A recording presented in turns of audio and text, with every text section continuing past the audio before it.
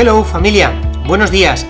Siento mucho no poder estar esta semana con vosotros tampoco online, porque tengo seminario de vida en el espíritu con mi parroquia, pero de todas formas vamos a leer este evangelio y luego vamos a sacar una serie de puntos de meditación.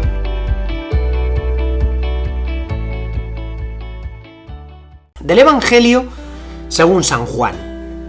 En aquel tiempo dijo Jesús a Nicodemo: lo mismo que Moisés elevó la serpiente en el desierto, así tiene que ser elevado el Hijo del Hombre, para que todo el que cree en él tenga vida eterna. Porque tanto amó Dios al mundo que entregó a su unigénito, para que todo el que cree en él no perezca, sino que tenga vida eterna. Porque Dios no envió a su Hijo al mundo para juzgar al mundo, sino para que el mundo se salve por él. El que cree en él no será juzgado. El que no cree ya está juzgado, porque no ha creído en el nombre del unigénito de Dios.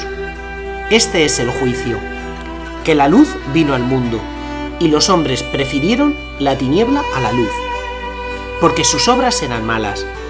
Pues todo el que obra el mal detesta la luz, y no se acerca a la luz, para no verse acusado por sus obras.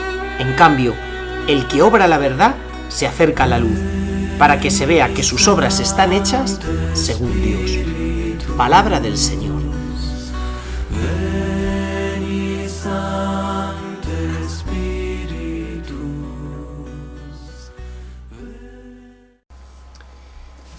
Querida familia, voy a colocar un poquito más alineado el micrófono.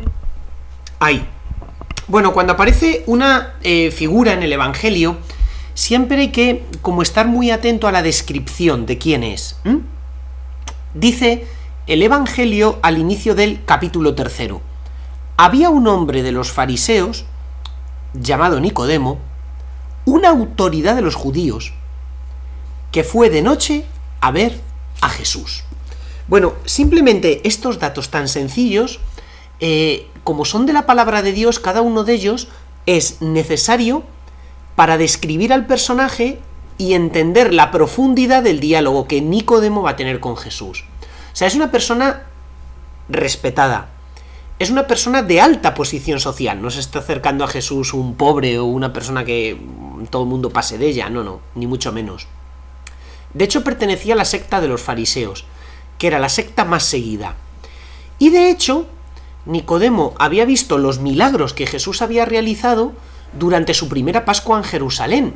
Por eso conocía ya la actividad de Jesús y había sido testigo de milagros. O sea, yo creo que la fe de Nicodemo representa mucho a nuestra fe, que no es una fe inicial, porque todos los que me estáis oyendo lleváis ya un recorrido bastante grande en esto. No es una fe inicial, pero que todavía le falta algo. Y dice el Evangelio que se acercó de noche a ver a Jesús.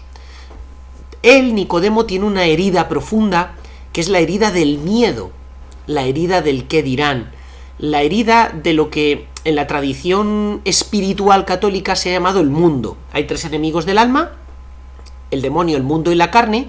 ¿Qué es el mundo? El reconocimiento de los demás, el que los demás me doren la píldora, el cómo me mirarán los demás. Bueno, pues a él le puede el mundo. Y va de noche a ver a Jesús. Pero la palabra noche, en el Evangelio de San Juan, indica no simplemente un estado cronológico, momento del día, sino un estado espiritual. Es decir, la noche es la lejanía de Dios. Por ejemplo, cuando Judas se marcha del cenáculo, San Juan dice, y era de noche. ¿Por qué? Porque la noche física, material, lo contrario del día, de alguna forma describía también la actitud espiritual en la que se encontraba Judas. Es decir, la noche describe más bien el panorama espiritual en que nosotros nos encontramos. Y esto es súper importante para captar lo que ahora va a suceder. Siguiente cosa. En el Evangelio de San Juan, sobre todo, tenemos diálogos. Por ejemplo, San Juan con la samaritana en el capítulo 4, o en el capítulo, Jesús con la samaritana, en el capítulo 9, Jesús con el ciego de nacimiento, en el capítulo 6, Jesús con unos fariseos en el discurso del pan de vida. O sea, lo que más abunda en el Evangelio de San Juan son los diálogos. Y siempre los diálogos tienen la función en el Evangelio de San Juan de ir revelando poquito a poco la identidad verdadera de quién es Jesús. Cosa que vamos a ver en este diálogo. O sea, porque intenta responder y Jesús va a ir como buen pedagogo llevando a Nicodemo de la mano para que descubra Nicodemo cuál es la identidad de Jesús, quién es Jesús y qué ha venido a hacer. Bueno, esto es importantísimo porque de alguna forma también se aplica a la vida. ¿Dónde descubro yo quién es Jesús? O sea, su identidad. ¿Y qué quiere Dios hacer en mi vida? O sea, su voluntad o su proyecto. En diálogo. En diálogo. O sea, oración. En el Evangelio de San Juan, Dios siempre se revela en diálogo. Por tanto, primera pregunta, first question. ¿Tienes diálogo con Dios? ¿Tienes diálogo profundo con Él? Y no solo un diálogo de lo que a ti te pasa, no es que estoy llevando a la oración mis problemas, vale, muy bien, sino un diálogo que te lleve a olvidarte de ti y sumergirte en el misterio de Dios, en Jesús, en preguntarle más a Él, para que Él abra tu corazón y se revele a ti. Esa es la esencia de la oración. La esencia de la oración es el encuentro con Cristo, esa revelación que Dios nos hace del misterio de quién es Él y de su amor por nosotros. Y si vamos a la oración, vamos a eso, no vamos simplemente a llenarnos la cabeza de ideas o a darle una vuelta a nuestros problemas.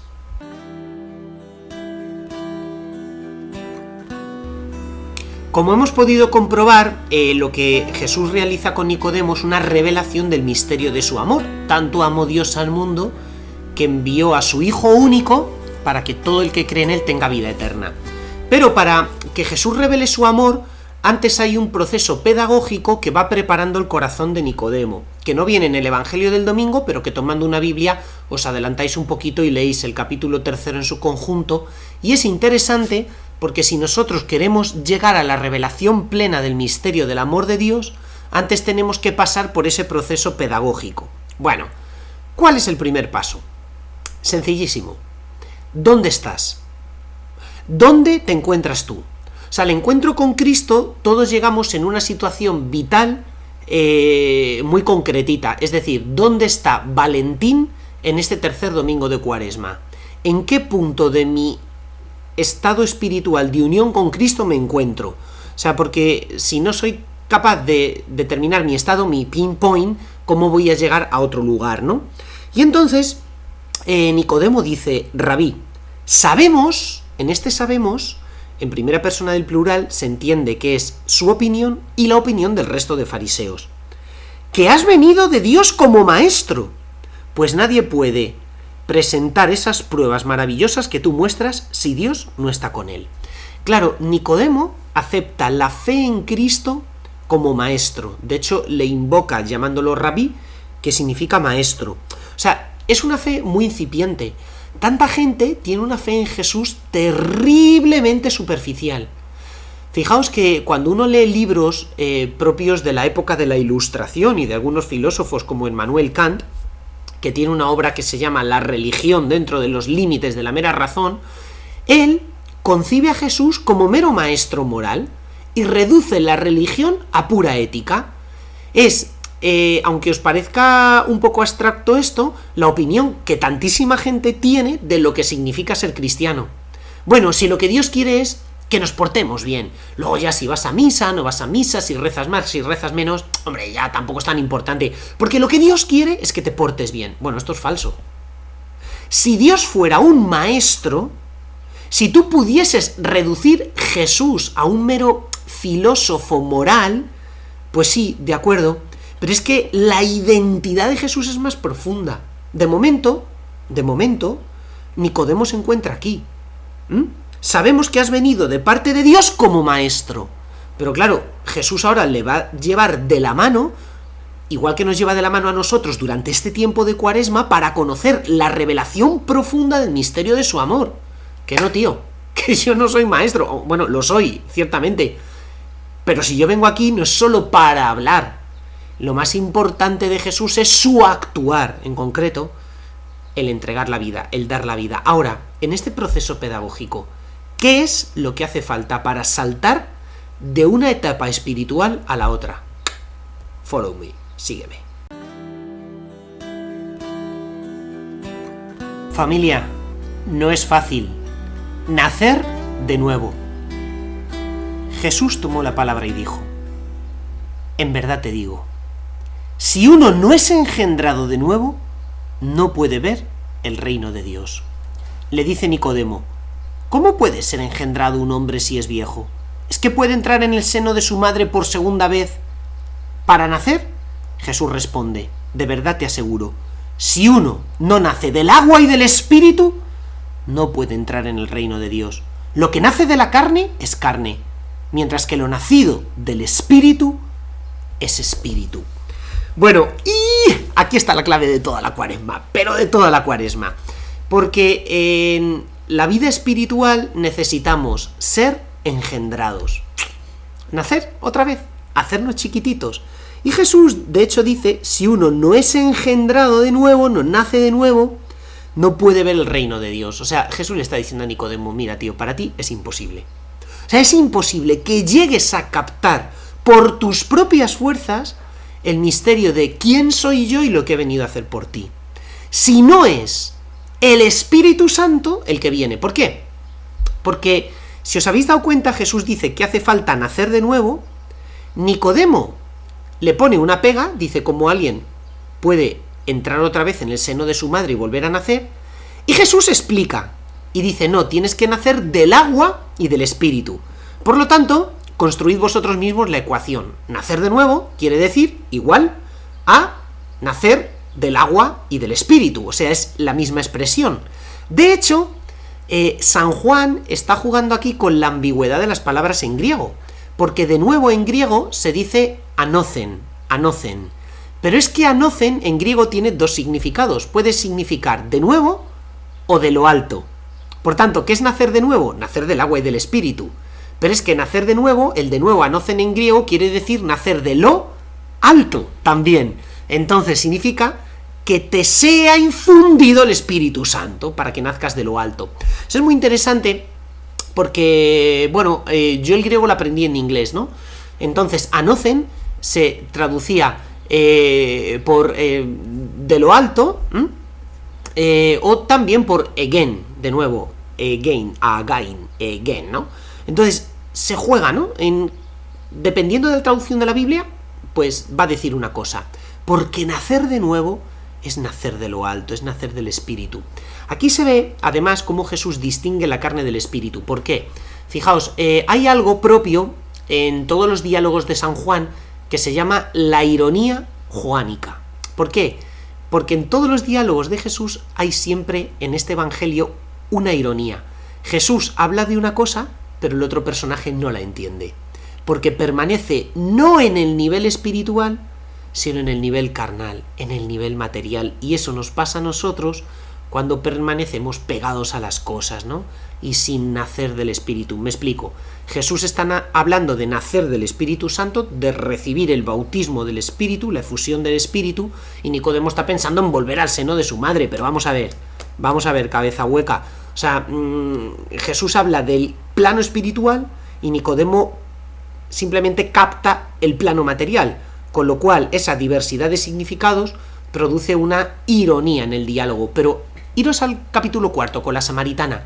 Jesús dice: tengo sed, y la samaritana dice: ¿cómo me pides de beber si yo soy samaritana? Y además tú no tienes cubo, ¿cómo piensas sacar el agua? Y Jesús dice: no, si es que el agua que yo te daré es el agua viva, el agua que yo daré, quien la pruebe nunca más tendrá sed. O sea, Jesús está hablando del agua viva y la samaritana está hablando del agua de cómo vas a echar un trago del agua de este pozo, ¿veis? O sea, siempre en el diálogo con Jesús hay esta ironía. Los personajes se mueven en el plano material, Jesús en el plano espiritual. ¿Dónde sucede igual? Por ejemplo, en el discurso del pan de vida, capítulo 6, Jesús dice: el que come mi carne y bebe mi sangre tiene vida eterna y yo lo resucitaré en el último día. Y los otros: ¡hala! ¿Cómo nos quiere dar a comer su carne y su sangre? Bueno, ellos se mueven en el plano material, están pensando en mientras que en el plano espiritual Cristo está hablando de la Eucaristía, ¿veis? O sea, siempre en San Juan, siempre, por todas partes, os podría poner 100 ejemplos más, hay esta ironía. ¿Por qué? Porque nosotros nos movemos en el mundo de las cosas. Y Jesús, en este tiempo de Cuaresma, te quiere llevar a otra nueva dimensión. Lo que Jesús le está diciendo a Timoteo es: si no naces de lo alto, es decir, si no recibes el Espíritu Santo, no entiendes nada, es decir, te quedas en las cosas de la carne. Lo que dice él, dice es que lo nacido de la carne es carne, mientras que lo nacido del Espíritu es espíritu, ¿veis? Por tanto, Jesús nos invita a dar un paso para crecer en profundidad. Recordad aquellas palabras que San Juan Pablo II dijo cuando visitó Cuatro Vientos aquí, España, que decía: el gran drama del mundo actual es la falta de interioridad. Pues ciertamente.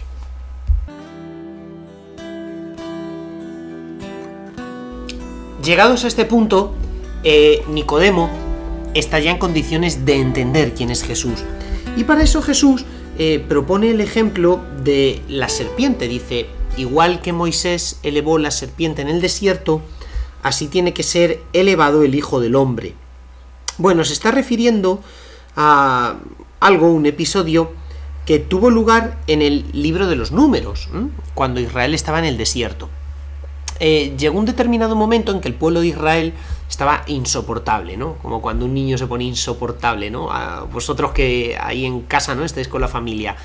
Y claro, no hacía nada más que rebelarse contra Dios. Y en un momento ya que Dios no podía más, pues les envió una especie de serpientes venenosas que los mordían y moría mucha gente. Bueno, pensad que en mitad de la península del Sinaí pues hay serpientes terribles. Hace poquito, aquí en Toledo, en la Puebla de Montalbán, sabéis que una serpiente mordió a un chico y se ha tirado en la UCI pues no sé cuánto tiempo, ¿no? Bueno, pues algo así. Y entonces Moisés comienza a interceder por el pueblo delante de Dios con una pena tremenda y le dice a Dios: haz algo, porque si no el pueblo va a morir. Y entonces Dios, compadecido, le manda fabricar una especie de serpiente de bronce, un dragón de bronce. De tal forma que todos los que veían, y atención a este verbo, veían aquella serpiente, quedaban curados. Evidentemente, no es la serpiente material la que cura, sino Dios. Y en concreto, la confianza que tú tienes en que Dios cumple su palabra, de que al mirar la serpiente Dios te cura. Lo contrario sería superstición. Espérate, no es que mirando esto, no. Y efectivamente, ¿por qué es interesante este ejemplo? Porque describe muy bien lo que va a realizar Jesucristo con su muerte en cruz en el Calvario. Todos tenemos una mordedura de una serpiente, y una mordedura que inocula en nosotros un veneno que es mortal de necesidad, como es al menos el pecado original, y después todos los pecados personales que cometemos. El pecado es como un veneno que nos va destruyendo. Sabéis que cuando a alguien le muerde una serpiente tiene que empezar a hacerse una especie de torniquetes para que el veneno no vaya entrando por todo el riego sanguíneo, por todos los capilares y llegue al corazón, porque si no produce una parada cardíaca o cualquier historia, ¿no? Bueno, pues ese veneno se ha expandido no solo en la humanidad, sino en nuestro corazón, a tal punto que el corazón del hombre yace muerto, es de piedra. Recordad aquellas palabras de Jesús en el libro del Apocalipsis: tienes nombre como de quien vive, pero en realidad estás muerto. Lo que es lo mismo, tienes apariencia de vivo, ¡buah, qué bien!, ¿no? Pero en realidad estás frito, en realidad estás muerto. Y esto es interesante porque es el punto de partida. Reconocer que estamos necesitados de la bendición de Dios y que estamos necesitados de contemplar a Dios, ver, para salvarnos. Pero ¿qué hay que ver? ¿Qué hay que ver? Bueno, pues igual que Moisés elevó la serpiente en el desierto, así tiene que ser elevado el Hijo del Hombre. Se está refiriendo Jesús, por supuesto, a su muerte en cruz, a su muerte en cruz. Y cómo nosotros, contemplando a Cristo crucificado, obtenemos vida. Decía San Juan de Ávila, que era patrón de los sacerdotes diocesanos aquí en España y doctor de la Iglesia, y era un enamorado de la cruz de Jesús, y decía: yo para preparar mis homilías no utilizo más librería, o sea, no utilizo más biblioteca que la cruz y la Eucaristía. ¿Por qué? porque son los signos grandes y visibles del amor eterno de Dios por cada uno de nosotros. No utilizó más libros que la cruz y que la Eucaristía. Por eso, familia, llenos de esos dos regalos que el Señor nos concede, y vamos a llenar nuestra cuaresma de cruz y de Eucaristía, porque contemplando a Jesucristo crucificado es entonces cuando tenemos vida.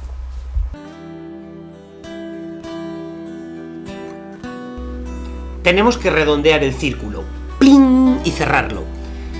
Jesús está remitiendo a Nicodemo al momento final de su vida, al momento de la cruz. Pero, ¿qué sucede en la cruz en el Evangelio de San Juan? Fijaos, San Juan no nos narra la escena de Pentecostés, porque eso sucedió después, una vez que Jesús había ascendido al cielo, y nos lo cuenta San Lucas en los Hechos de los Apóstoles. San Juan simplemente, con la última aparición de Jesús resucitado a San Pedro en el capítulo 21, pues termina el Evangelio. No es cuestión de repetirse ni de contar lo que ya estaba contado, ¿no? Entonces, hace una cosa muy curiosa. ¿Hay Pentecostés o no hay Pentecostés en el Evangelio de San Juan? Sí, pero ¿con qué coincide? Con el momento de la muerte en cruz de Jesús. Porque para decir que Jesús murió, San Juan utiliza una expresión que es chocante, desconcertante. Dice, y en aquella hora Jesús, inclinando la cabeza, entregó el Espíritu.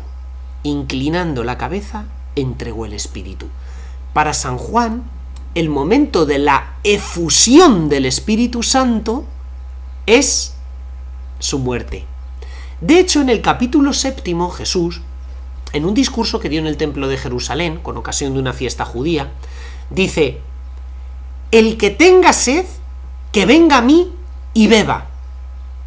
El que lo desee, yo le daré el agua de la vida. Y dice San Juan, esto lo decía por el Espíritu Santo que habían de recibir todos los que creyeran en él. Por lo tanto, si tú ahora juntas todas las piezas de este puzzle en la cruz, ¿qué sucede en la cruz? Que del costado traspasado de Jesús está brotando sangre y agua. Y que esa agua es el Espíritu Santo, que al momento de morir, inclinando la cabeza, entregó el Espíritu. Es decir, el agua es el signo visible del Espíritu Santo. Por tanto, si cuando Jesús es elevado en la cruz, se te curan las heridas por la mordedura de la serpiente del pecado, ¿qué es lo que te está curando? ¿Qué es lo que te está realmente sanando esta herida? La muerte en cruz de Cristo, que envía su Espíritu Santo. O sea, el Espíritu Santo es el que cura, el Espíritu Santo es el que sana. De hecho, San Juan de la Cruz, que tiene una poesía preciosa que se llama Llama de amor viva, es preciosa, Llama de amor viva, en referencia al Espíritu Santo y cómo Dios es ese fuego que entrando en el corazón lo cambia, tiene una expresión muy bonita que dice, oh cauterio suave, oh regalada llaga, oh mano blanda, oh toque delicado, que a vida eterna sabe y toda deuda paga, matando muerte en vida, la has cambiado. Es muy curioso porque llama a Jesús cauterio suave. ¿Qué es el cauterio? Pues antiguamente cuando te hacías un corte profundo se te quemaba la herida con un trozo de hierro ardiendo al rojo vivo y eso cauterizaba, cerraba. Bueno, pues San Juan de la Cruz compara a Dios con una llama que cauteriza una herida mortal que llevamos en el corazón. ¿Y eso dónde se produce? Pues con el envío del Espíritu Santo, que en el Evangelio de San Juan coincide con la escena de la muerte en cruz de Jesús. Por eso Jesús es como ese estandarte de bronce, esa serpiente de bronce, que Moisés elevó en el desierto y que todo el que la veía se curaba, porque viendo a Jesús en cruz, tú recibes la fuerza del Espíritu Santo.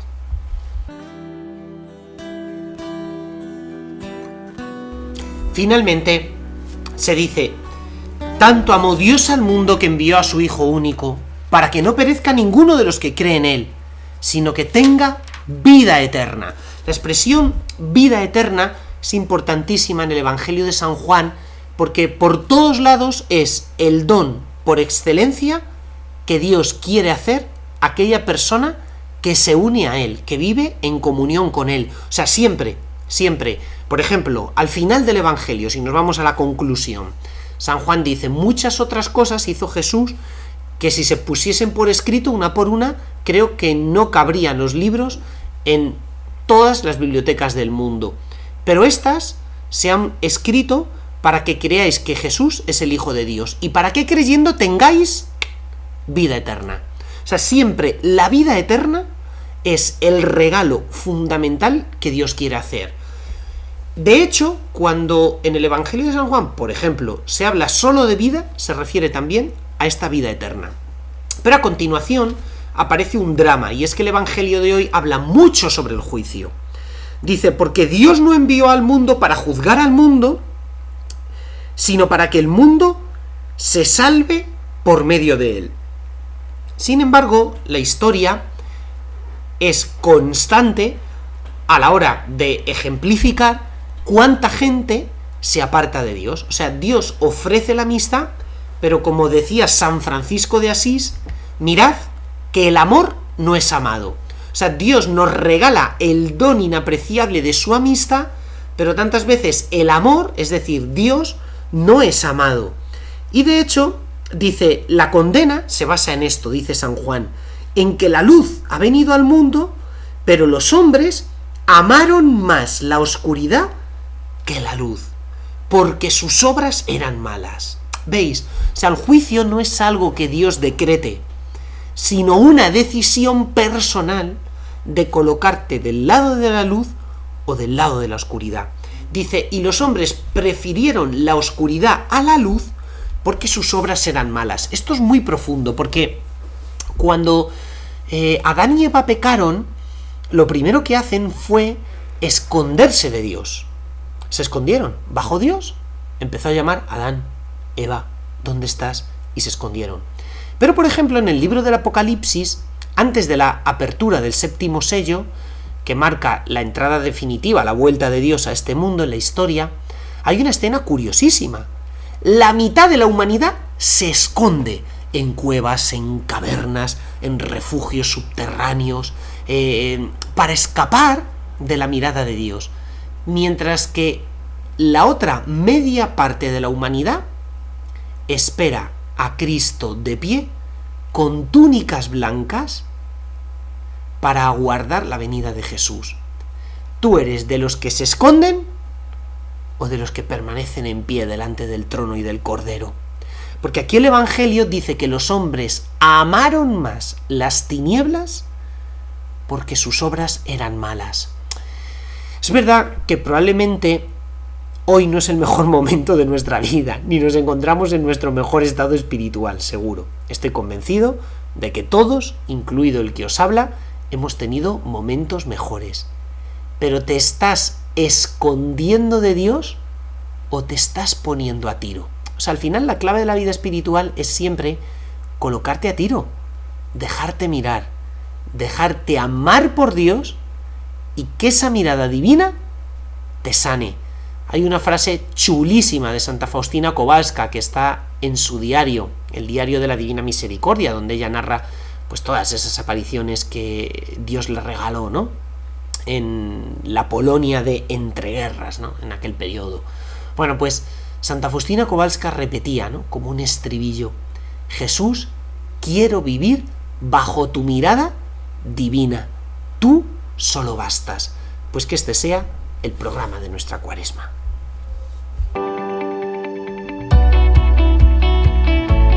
Pues querida familia, hasta aquí nuestro espacio. Recibid la bendición, recibid este abrazo gigante del Señor que nos quiere llevar a vivir una Semana Santa a full. Que el Señor esté con vosotros y que la bendición de Dios Todopoderoso, Padre, Hijo y Espíritu Santo descienda sobre vosotros y os acompañe siempre, unidos en el corazón de Cristo. Chao.